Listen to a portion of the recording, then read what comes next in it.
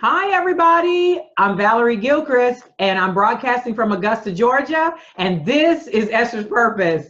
And we're broadcasting from WYTV7 out of Charlotte, North Carolina. My guest today is Mars Bishop. Now, for those of you who've been following me, I've had Mars on before, but I told him when we finished, I needed him to come back. So he's back with us today to share with us again. And I'm going to introduce him again a little differently. But before I do, I want to remind everyone that, again, this is WYTV7 out of Charlotte, North Carolina. WYTV is a nonprofit organization. WYTV7 is a nonprofit organization. And so therefore we take donations, and those donations are used to broadcast around the world, nationally and internationally. And so we want our listeners around the globe to be encouraged by what they hear. You'd be surprised about how much a $5 seed will do when you talk about a nonprofit organization. So please, as you listen to our broadcast, please go in and give. You can go to WYTV7.org, hit the donate button, and give even while you're listening to or watching the broadcast. So Esther's Purpose is, again, about encouraging my listeners who have gone through various trials of in life, different adversities and things, and we want to encourage them to stay the course. And that encouragement comes through hearing from my guests, their testimonials about the things that they've been through in their life and how they've come out in victory and with purpose. So with that said, I want to reintroduce to others and to introduce for the first time to some Mars Bishop. So Mars is an author, he's a speaker, and a sickle cell advocate. He was born in Long Island, New York. He uses his story of persevering through life's adversities, domestic violence, sickle cell anemia, 2 strokes, partial paralyzation of his left arm and leg, to empower others through their challenges that displays that there are no limits. He adds value to lives as an empowerment speaker, coaching, and mentoring through his company called Life Inc. Welcome, Mars. Hey, Valerie, what's going on? You are. No. So good to see you again. Yes, ma'am. Thank you for having me back. I must have made a really good impression. You did. You really did, Mars. So last time we talked a lot about, you personally and the things that you had went through. Mm-hmm. I want to give you our new listening and viewing audience. I want you to give them just a brief of that. And then I really want to talk about what you're doing now and how you do it. Okay? Yes, ma'am. Mm-hmm. Okay. Well, what we had talked about previously, we talked about the beginning, what brought me in this position. We talked about the abuse, all the traumatic stuff that I've seen as a child. Growing up in a household of domestic violence, and the destructive lifestyle that I live, but now made the mind switch through God only, to be able to walk in my calling and my purpose, and now to edify other individuals so that they can do the same thing. Yes. Now, for those who know nothing about sickle cell, and you'd be surprised how many people don't, give them just a brief of what sickle cell anemia is. Okay, sickle cell is a blood disorder. It's a red blood disorder that starts out as the blood. I'm drawing a blank. It starts out as a full blood cell, but then along the course of its way, it becomes deformed into a sickle shape, and that sickle shape has trouble going through the body, which then causes pain because it blocks up in any vessel, in any organ, and it's very painful and traumatic as something to deal with. Okay. All right. Very good. Thank you for sharing that. Because as much as we think people know things about that, things that we think that are just everybody out there just knows, they don't. So thank you for sharing that. So tell us now about what you are doing now, and how did the adversities in your life bring you to what you're doing now? What I do now is I speak empowerment. I speak life. I show the younger youth, basically, that they don't have to stay within the position of life that they're in right now. So what I do is I go into schools and I speak to at-risk youth, I put air quotations, at-risk youth, to let them know that, throughout their trials and tribulations, life is going to happen, and there's no way that we can stop that. You know, I want them to see that they control their destiny by controlling their choices and decisions. They don't have to make the wrong decision. So I show them by me going through the trials and tribulations that I've been through. I show them that, okay, this is what happens on this side of the track. But now I show them what can happen if you walk on the other side of the track. And tell me, how do you show that to them? I just be transparent. I give them all of me, and I do that through empowerment speaking. You know, I one of the things that I learned, Valerie, is that the best way to connect with your audience is to give them everything that you have. Don't be afraid to leave anything or take anything away, because then you're hiding something. So I give them everything that I have. My level of transparency is for you to see, for you to be able to walk in my shoes. When I come in, you're gonna see me. But when I leave out, you're gonna feel me. Oh, I love that. Yes, that's good right there. And so let's talk about when people see you, okay? Because it's one thing to just see you when like on a photo. You're getting ready to come to town, you're getting ready to speak, and they just see the image on there. It's another thing when people actually physically now see you, because the very first thing that they see is they can see that something has occurred. They might not know what it is, but they see something has occurred. And so, you know, a lot of times what we call that is the elephant in the room. Everybody sees the elephant in the room. Everybody sees there's something wrong. And so that immediately gets my attention.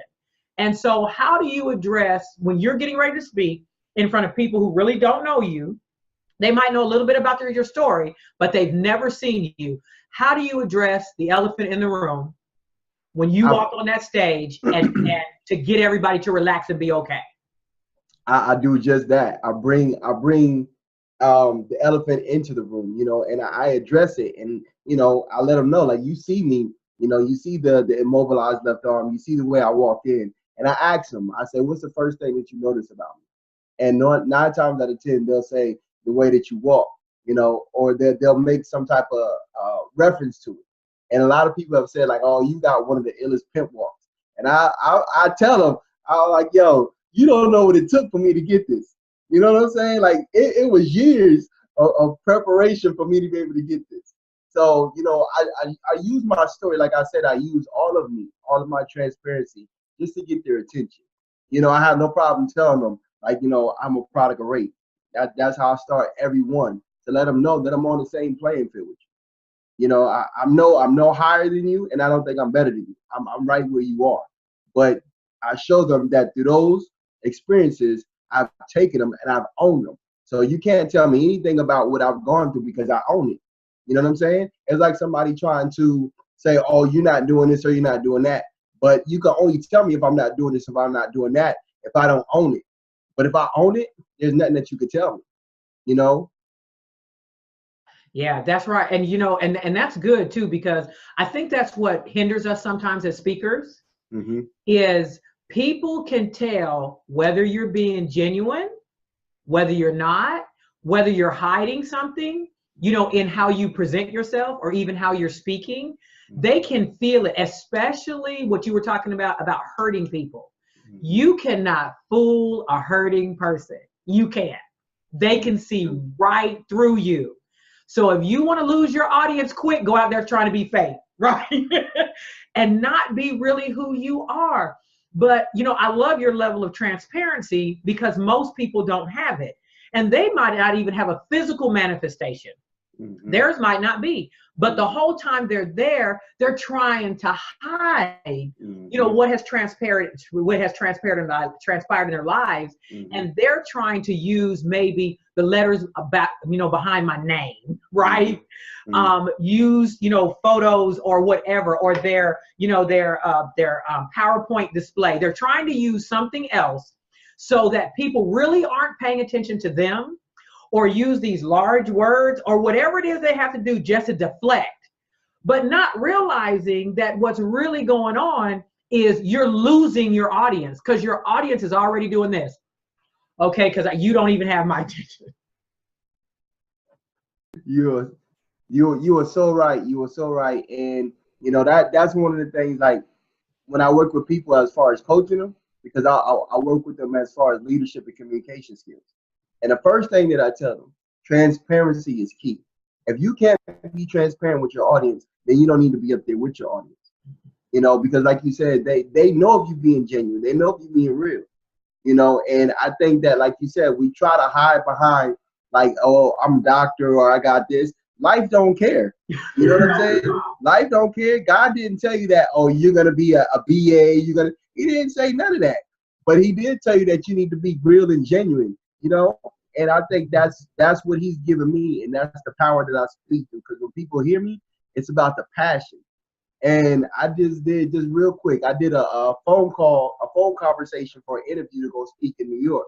And it was a 30-minute conversation. And within that 15 minutes, the lady was like, man, you're so passionate.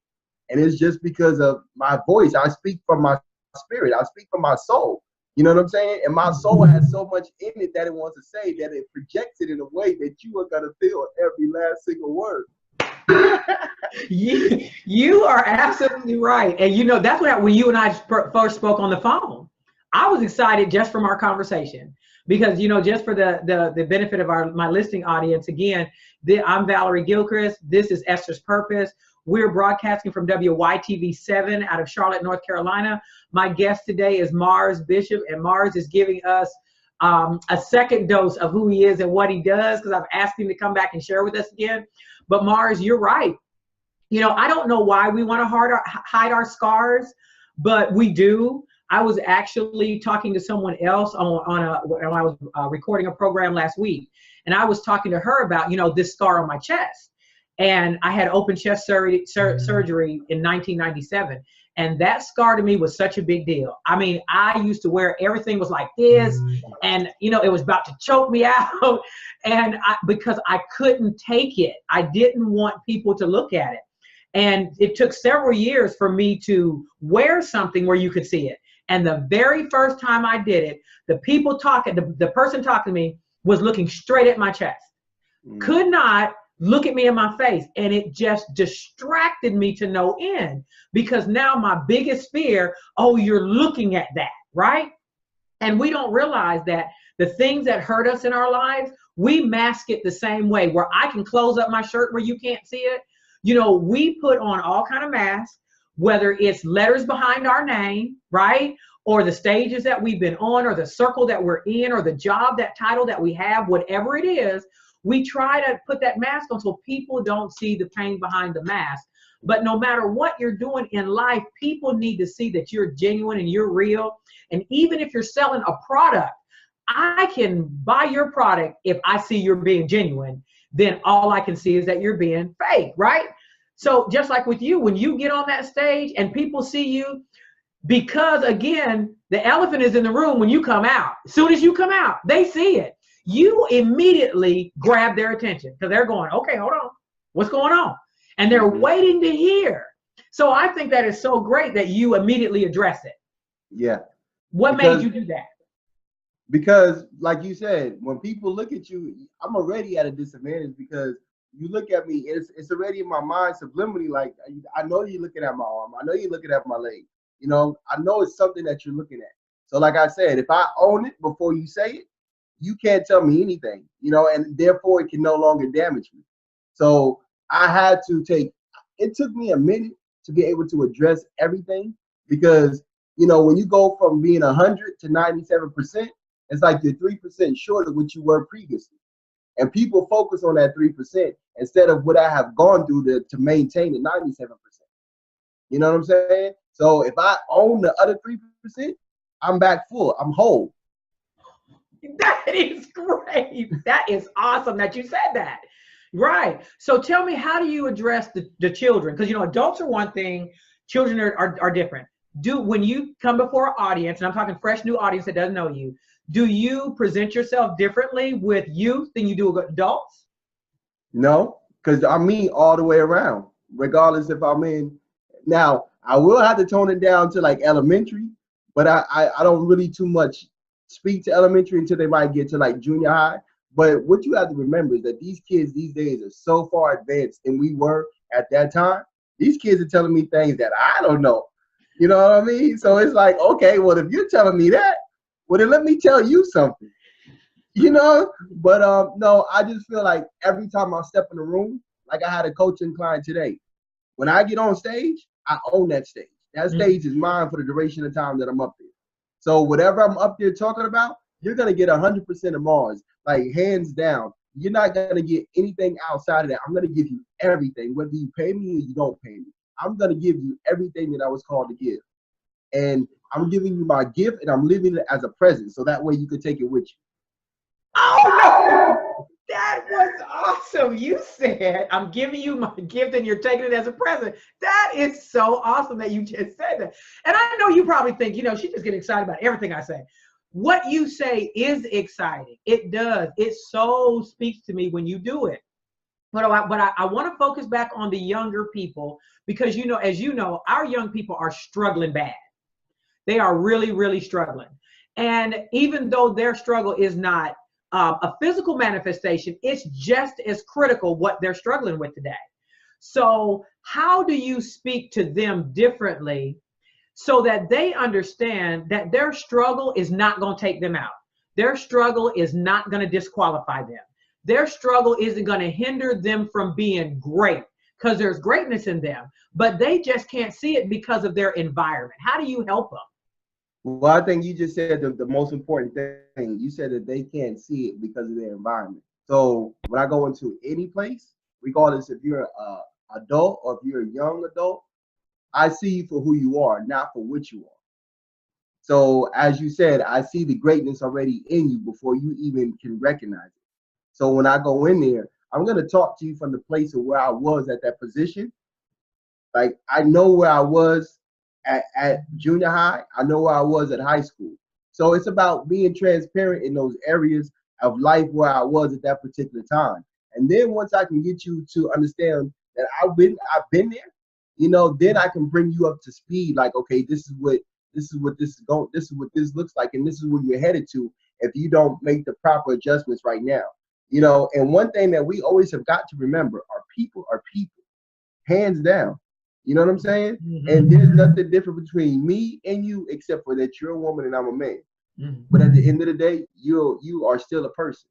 And if I can connect with your spirit, and once I get that, that's it. All I need is your spirit. That's all I need. Once I get your spirit into me, and there's nothing else that you can do that's gonna make me stop. Because you know what I'm saying? It's like that old boxing. Once you start hitting them, you don't stop. You know what I'm saying? You just keep going at them. So I really just try to resonate with them on the place of where they're at. If they're struggling in certain areas, I mean, look at it. I've been through abuse. I've been that person that wanted to drop out of school. I remember I didn't go to school for like 15 days. You know, and there's people right now who are getting in a place of being suspended for not going to school or, you know, skipping school. So I could talk to you from any place. I could talk to you from being in a desolate place. I could talk to you from being homeless. I could talk to you from, you know, watching my mother get abused. I mean, where do you want me to talk to you from? I could talk to you from being on the block. I could talk to you from hanging out. I could talk to you from hustling. I could talk to you from women, from being a womanizer. What do you want me to tell you? Like, what do you really want me to tell you? I could tell you I hated God. I could tell you that now he's my best friend. What do you want me to tell you? You know what I'm saying? What do you want me to tell you? So what you literally do is you cut out everybody's excuses. And in cutting out their excuses, then now you've got my attention, because you're telling me that now the thing that I've been holding on to that has kept me from being great, you just told me that I can't use it. And you're presenting a person who has been through all of it, survived it, and is standing here being great, right? Telling me that I can do it. So tell me, in just a moment, I just want to say again that this is WYTV7 out of Charlotte, North Carolina, and this is Esther's Purpose, and I'm Valerie Gilchrist, and my guest today is Mars Bishop, and he's just given us a second dose of his greatness that he's sharing with us today.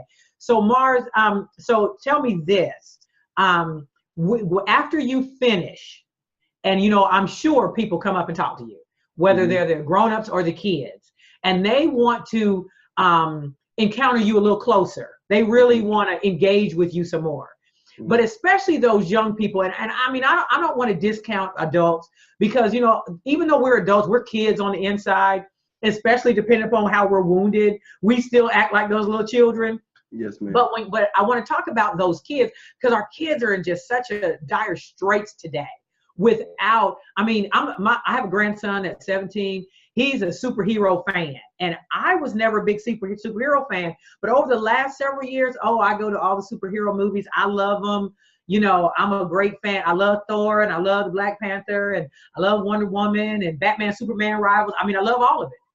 But at the end of the day, that's not our reality, right? We can go there and see, but it's not our. But when you can see a genuine Superman like you, who's saying, my kryptonite was this, right? But the kryptonite really doesn't have any power over me anymore, because see, Superman always still had to battle the kryptonite. Always, because there was a weakness in him that is, whoever his enemy was, all they had to do was bring it in the room, bring it anywhere near him, and his power was gone. And so how do you encourage those young people? Because what I'm trying to get at, it's one thing to talk to you, hear you at a conference, and then them talk to you. But you're not there with them in school. Right. You're not going to be with them when they're on the block. So what do you, when they go back in that environment that has that kryptonite in it, that could rob them of everything they just got from you, what do you give them in these last few minutes? Tell me, what do you give them to hold on to so they can stay great? Well, one thing I give them, Valerie, is I give them my time. And I give them my time, and I let them know that, you know, you could talk to me. I'm here for you. You know, and I think like a lot of kids these days are hurt because nobody's giving them their time. Nobody's giving them their attention. And I don't have a problem with, you know, giving you my number. You know what I'm saying? I give you my number. Now it's up to you if you want to use it. If you use it, then we can have a one-on-one type session. And at that point in time, we go into mentoring. You know, so I have no problem doing that. Same thing with adult. Same thing with Batman. Batman was only Batman for the duration of time that he had to go fight the villains. But outside of that, he was Bruce Wayne the whole time. So which superhero are we really? We're just a regular person. I'm only on stage for 45 minutes. That's it. That's the superhero. That's the one that connects with you. But when I come back down, then it's the person that you want to just, you know, kind of love on, kind of just hug and just get to know. So, you know what I'm saying? We're superheroes silently, but we don't want to put that out there because we don't want to show, you know what I'm saying? Like, oh God, like this guy's a Superman. Like, I don't want to take credit for that. I really don't, because I don't think I do anything extraordinary. I do believe that the power that resonates through me, that exudes from me, it all comes from God. I do know that. You know, so if anybody's a superhero, I'll tell you to connect with him. But as far as like people that are really want to talk with me, I'll take a moment or two and we sit back and we just talk. And I just talk to you like a regular person. You know, just let you know, like, okay, I understand where you are. Now I can give you some key principles that if you focus on these, you know, it should help you. And if ever you get into a little tight squeeze, call, you know, reach out to me. If you don't reach out to me, then that's you negating your own progression. It doesn't fall on me. You know, it falls on you. Like, I had to do the work. So you got to do the work. But I'm going to give you something that I didn't have. I'm going to give you a guide. I'm going to give you that Superman that you're looking for. I didn't have that. You know what I'm saying? I had to do what I had to do. So I'm going to show you how to get through it a lot quicker without all the bumps and bruises. But you only get bumps and bruises because of a hard head makes what? Yeah. Okay. So then therefore, if you don't take hold of what I'm telling you, I mean, my job is my job. But if you want to go further than that, then we just got to connect. Well, that is awesome, Mars. Thank you so very much. Now, what I want to give you an opportunity to do is, you know, listening to you, if I was a young person right now listening to you and I knew I was struggling, I'd be going, okay, so how do I reach him? So tell our viewing and listening audience, if they listen to you today and they said, you know what, I need what Mars has, or I've got a grandson or a granddaughter or a child that's struggling and I really believe they could benefit, how can they connect with you, Mars? You can connect with me on every platform in social media. Well, right now, Facebook, Instagram, those are only two that I'm on. I don't get into the Snapchat and all that. But you can connect with me there. You can also connect with me email, lifeincmovement@gmail.com. Or you can reach me personally, 404-621-5474. And there you go. If you don't take that, that's not on me. No, it is not. Well, Mars, I thank you so much for coming back this second time. I enjoyed you just as much this time, if not more, than I did the last time. So I'm not going to say this is going to be the last time I have you on my show, because I love having you here. Because you just blew up my head about the superhero thing. Now I'm just done. Because you're only a superhero for a minute. That is so great. And then they go back into their natural role. And I think a lot of people need to understand that. Mm-hmm. There's more Clark Kents and Bruce Waynes walking around than people really want to acknowledge. They're only looking for the Batman or the Superman. But what about the regular guy? You know what I'm saying? The mild man reporter. Or what about Bruce Wayne? If you look at it here's the thing, and I'm not gonna be too long. If you stop making everything so darn complex, you will find the simplistic answer within that, because every day you have a question mark over your head. So how are you going to answer that challenge that's in front of you? It's only an equation. You get so frustrated and flustered because you're making it complex. Make it simplistic and you'll figure it out. Amen. That is great, Mars. Well, Mars Bishop, thank you so very much for coming and spending a little, this time with me again today. Again, audience, I'm Valerie Gilchrist. This has been Esther's Purpose. We're broadcasting from WYTV7. I want to remind you that WYTV7 is a nonprofit organization. You can go to WYTV7.org, hit the donate button. $5 goes a long way to keep hearing people and getting inspired by people like Mars Bishop.